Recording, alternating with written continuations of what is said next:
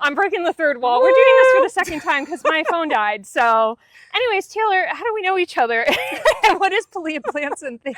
So Gina introduced us, Yeah. and I was already following you, so it was just meant to be. It would have happened regardless. Yeah. And what was it? Who am I? Who's Pilea? What is Pilea? Is it Pilea? So, I say Pilea. People, it's like tomato. I say okay. Pilea, it's not wrong. But Pilea Plants and Things, first of all, Pilea is the friendship plant. It was the first plant that I propagated during quarantine. Was it? Yeah, and that's how the business kind of got started. I had a whole bunch of plants. I started giving them away to neighbors, and I was like, okay, I can start selling these. Let's see what happens. And it started off small. I got my LLC, and I was like, what the heck? We'll see what happens. It's probably not going to work, but it did. We're here like 2.5 years later, wrong mindset, but, a little negative in the beginning, but it worked out. So, why did you keep on going then if you were kind of like not sure about it? I hated my job. So that will do it. That will make you do different things. Hated my job, new mom. I'm like, there's got to be a better way. I don't want to just go back after maternity leave and just be miserable with a newborn. Like first child, didn't know what I was doing. So I'm like, life is hard enough. I'm like, let's just quit. My husband was in agreement, like biggest supporter. And I'm like, let's just lean more into the business. And like I said, here we are 2.5 years later, still doing it. So yeah. Well, good for you. Okay, let's see here. Did you get your plant, or how did you get your plant biz started? Or excuse me, where were you when the plant business started for you versus where you are now? Like how much has changed for you? Like almost every aspect. Wow. So I'm a mobile plant shop. So I don't have brick and mortar. I never have. I say that I never will, but who knows? So I have a mobile plant shop, which is a converted horse trailer. Super cute. Her name's Polly. So that was going to be it, and shipping. So originally it was going to just be shipping, but then I realized I'm a Black business owner. I'm in my hometown. I don't see people like me with small businesses. I got to get out there. So that's how the pop-ups and markets started. That kind of opened the door for me to have more opportunities. And now I'm doing workshops, events, tablescapes now. And it's been fun. Yeah. Right, exactly. Yeah. It feels silly, right? Because the first time you do anything, like I can't imagine the first time you did that. Well, maybe that you did this, it just like boom, perfect, right? But it takes a lot of ups and downs and figure out what's going to work and what doesn't. For sure. Yeah. Which shipping, how does that work exactly? Do you still do that? I still do it. I also do local delivery, which is fairly new, but drop shipping has been my thing. So I don't have a nursery. I'm just out of the house, very small. And I discovered drop shipping. So essentially, when someone orders a plant online, it ships straight from the nursery. I only work with small family-run businesses, just in Florida for the most part. So when you order straight from the nursery, so it's fresh, you're still supporting small both ways. And that's been really good for me because I'm also helping another small business. Yeah. I don't remember what the statistic is. Maybe I'll put it down here somewhere. But basically, from what I can hear or what I remember is a very small percent. Like I'm saying, like maybe 6 or less % goes back into the community when you buy from a place like Amazon, like a big department store, or when you buy from a local business, like well over 50% stays in that community. So you're really uplifting other people as you go, which is so.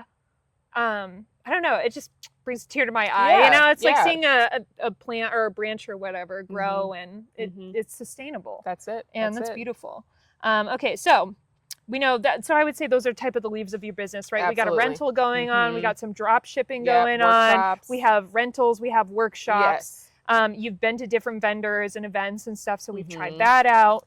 House calls are new. That's house calls are new. You want to talk about that? For sure. Yeah. So I get a lot of messages about plant care, and a lot of times it's about like the big box store, which we hate. But people are like, I got this from Home Depot. Yeah.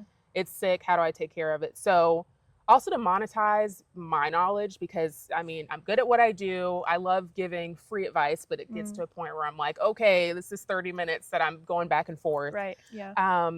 And I just started telling people too, they'll just drop these questions and I'm like, okay, if there's something wrong, let's say with your leg, let's make this like a real life parallel. Would you just email your doctor or text them, or would you have to make an appointment through Teledoc or just go to the office. Like, okay, I know what you mean. I'm like, I need context, I need pictures, and that takes time. So the house call is a Zoom.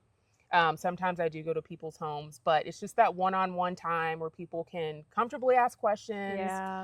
They can get demos if they need it. And it's just been good for me. I want more people to utilize it because I just love that one-on-one time too. So that's my new thing. I'm excited about it. Well, something that's interesting to me that's actually overlap with plant care and photography is lighting is so important in both of those places. And as a photographer, I know that sometimes you take a picture in the middle of the day where the sun is coming through onto the plant and they're like, well, it's getting light, but then the 90% of the day it's not. So if you're getting that one picture, you can't see it, you know? Exactly. Sometimes when you get the view of the window, you say, well, how long does it actually get direct sunlight or whatever the chance may be or whatever. Is there, by the way, while we're talking about this, is there one or two tips or things that you see occur again and again that you think are like easy to avoid as far as mistakes with plants? For sure. Well, for one, if you do a house call, you get a free light analysis. So like I can check that off for you. You don't have to worry about it. But if you don't want to do that, I know. People just like grabbing whatever's cute, which I get. But, you know, just because, you know, something's pretty doesn't mean it's going to thrive in your home. We call them indoor plants just because they're inside, but we want to mimic the natural environment. So if you're like in Texas and you've got, I don't know, a plant that likes more humidity and it likes to be in a more wet environment, you're gonna have to mimic that. So a lot of people don't realize that it takes more than just watering it. You know, you have to make sure it's in the right light. You have to make sure it's getting the humidity. But I think lighting is the biggest mistake that people make because they just throw it somewhere. They're like, in the morning it's getting light, and then the 90% of the day, like you said, it's dark. So that's the number one thing. Not even under or over watering. It's got to be the light. Yeah. Cool. Okay, I'm gonna check the thing over here. We're doing good though. Yay. We're moving along. Okay, no, that's still good. going? We could, nice. Okay, doing good. Look at you. Okay, let's see here. Let me go back. Okay, since starting Pilea plants and things, what has been maybe like a scary but helpful investment into your business so far? The trailer. I didn't know anything about pulling a trailer. It's like a whole skill, first of all. It's like driving in reverse and you have to back up. But it was a big cash thing that I did. And I just had to do that by faith. I didn't know what I was doing, but I knew that I wanted to be a part of the community. And at that time, that was markets. I'm like, I don't want a tent. I don't want to just be another person with a tent. So I really leaned into the mobile plant shop. It's very memorable. Yeah, that's the first thing I thought of when I saw you. Or online, you know, that's what you think of. Yeah, it's cute. And you're like, even if you don't know what a mobile plant shop is or you don't care about plants, you're like, what is that? It's so cute. I got to check it out. And that's how a lot of people have ended up with their first plant. They just walk up and I'm like, might as well get one. You're here. So that's been the biggest investment. But I mean, Polly has helped me get my foot in the door with a lot of stuff. Oh, that's so cool. Well, good. Yeah. Sometimes you got to take those chances. I know. You know? And then what would you wish at this point of your business that people would know about like the small plant business maybe versus a big box store? We make sure that our plants are healthy. So when you go to like, I keep saying Home Depot, but they're everywhere. They're not taking care of their plants. They get the shipment. They sit there. No one's checking on them. They're not making sure they're watered. They're not making sure that they're, pest free, for instance. And, a lot of the times you bring them home because they look good and then they die a few days later because you don't know what's going on under that soil. No one's there to answer questions. When you're shopping small, as soon as you walk in the door or you come up to the pop-up or whatever, they know about their plants. I know about my plants. I know where they're coming from. I know the history of the plant because I've been taking care of them. In my case, I know from seed where they're coming from because I have a relationship with the farmers, and you're just not going to get that going to a convenient store. So, yeah. Makes sense to me. That's it. So now that you've gotten to this place in your business, how many years has it been now? Like 2.5. 2.5. Okay. So 2.5 years have gone by, right? Things have been changing. The economy is changing. What's something in your business personally that you would like to see grow and continue to expand? For sure. I keep saying the house calls. I just want people to have that knowledge. I think that anyone can sell a plant. Anyone can sell a product like a pot. We see it all the time. But the knowledge is what's missing. and I have it. So I just feel like since I have the heart, that's something I need to lean into and just try to get more people on board, because it's more than just buying a plant. You got to know how to take care of it. So I just want to put my knowledge out there for the people. Yeah. It makes sense to me. Okay. I'm going to ask you one more question, and then we're going to like settle down or whatever. But how has it been working with me over the past year? Because you and I have been doing what I like to call the Keeping Current, what is it called? Keeping Current package, which is 4 smaller shoots throughout the year to help a business like you that has so many branches or leaves to your business that you can have an opportunity to take photos in different seasons. What has that been like for you personally? Freaking life changer. Okay. Like, I mean, if you want good photos, even videos, you do GIFs and all, the whole 9. It's been a game changer. My website has changed.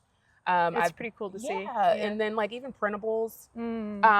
It's just made things very easy. Everything's just kind of at my fingertips. I don't have to figure out, you know, is this good enough? Is this professional enough?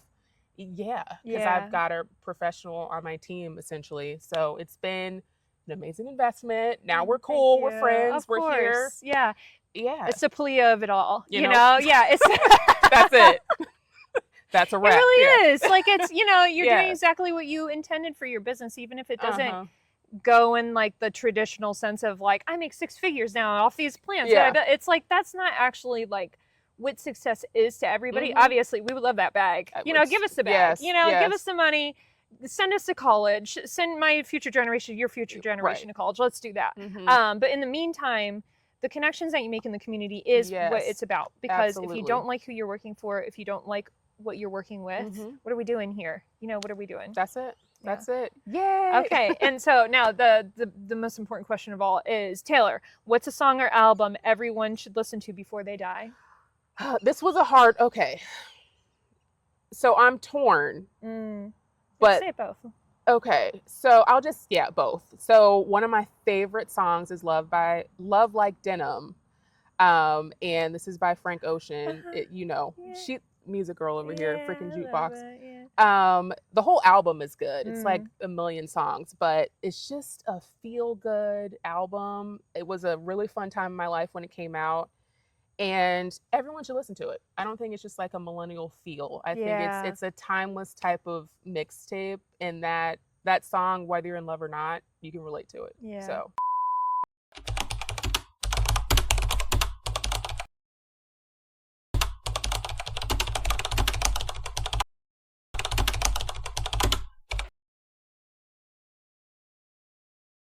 Oh, what was the other one you were thinking of? I was just gonna say the album. Oh, the that Lonnie works. Bro. I'm like, there's so many songs on there. Just listen to the whole mixtape. I like that though, you know, because you go into the song and then you're like, let's like test it around the other songs in there, especially on Spotify. They make it easy, you know.